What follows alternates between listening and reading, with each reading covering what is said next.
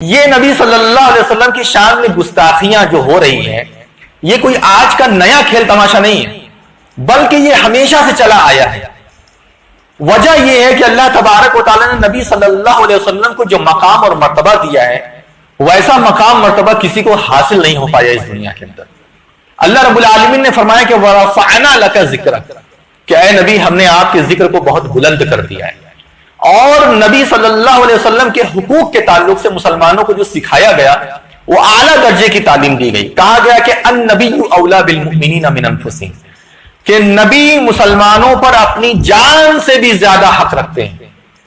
ایک مرتبہ حضرت عمر رضی اللہ تعالیٰ عنہ نے فرمایا کہ میرے نزدیک میرا نفس سب سے زیادہ عزیز ہے، اس کے بعد اے نبی صلی اللہ علیہ وسلم آپ کا نفس سب سے زیادہ عزیز ہے، مجھے اپنے سے سب سے زیادہ محبت ہے، اپنے نفس سے سب سے زیادہ محبت ہے، اس کے بعد آپ سے۔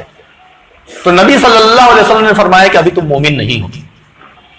تو عمر رضی اللہ تعالیٰ عنہ نے فرمایا کہ اللہ کے رسول صلی اللہ علیہ وسلم اب میرے جان سے بھی زیادہ آپ عزیز ہیں میرے نزدیک۔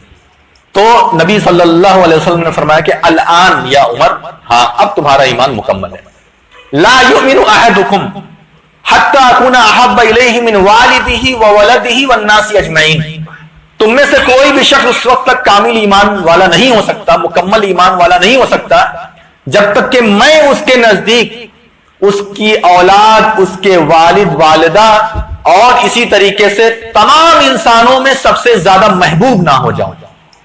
سب سے زیادہ محبت جب تک اللہ اس کے رسول کی نہیں ہوگی تب تک ایمان مکمل نہیں ہوگا۔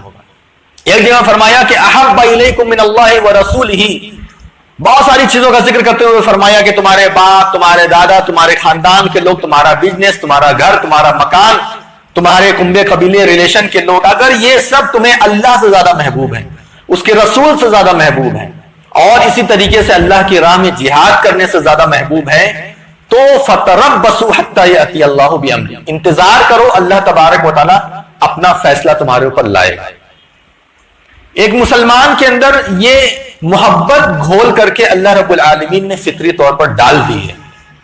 مسلمان اپنے نبی سے اتنی محبت کرتے ہیں اور اتنا احترام کرتے ہیں کہ اس کے بیان کرنے کی ضرورت ہی نہیں ہے۔ نبی صلی اللہ علیہ وسلم کی محبت میں وہ ہر چیز قربان کرنے کے لیے تیار ہے، اور یہی ایمان کی نشانی ہے۔ جس مسلمان کے اندر یہ چیز نہ ہو تو ایسی صورت میں اس کا ایمان مکمل کبھی نہیں ہو سکتا ہے۔ اللہ کے رسول صلی اللہ علیہ وسلم سے سب سے زیادہ محبت ہونی چاہیے۔ اگر نبی صلی اللہ علیہ وسلم کی شان میں کوئی گستاخی کر رہا ہے تو اس کا جواب دینے کی ضرورت ہے۔ علمی جواب بھی دینا چاہیے، اگر لکھ کر کے جواب ہو تو لکھ کر کے دینا چاہیے، اور اگر بیان کر کے ہو، تقریر کر کے ہو تو اس کے ذریعے سے بھی جواب دینا چاہیے، اور لاجک سے بھی جواب دینا چاہیے۔ جو اعتراض وہ کر رہا ہے اس اعتراض کا بھی جواب دینا چاہیے، اس کو سمجھانا چاہیے کہ تمہارا یہ اعتراض ہے، تم اس چیز پر لب کشائی کر رہے ہو، لیکن یہ ایسا نہیں ہے جیسا تم سمجھ رہے ہو۔ اس کو صحیح انداز میں سمجھانے کی بھی ضرورت ہے۔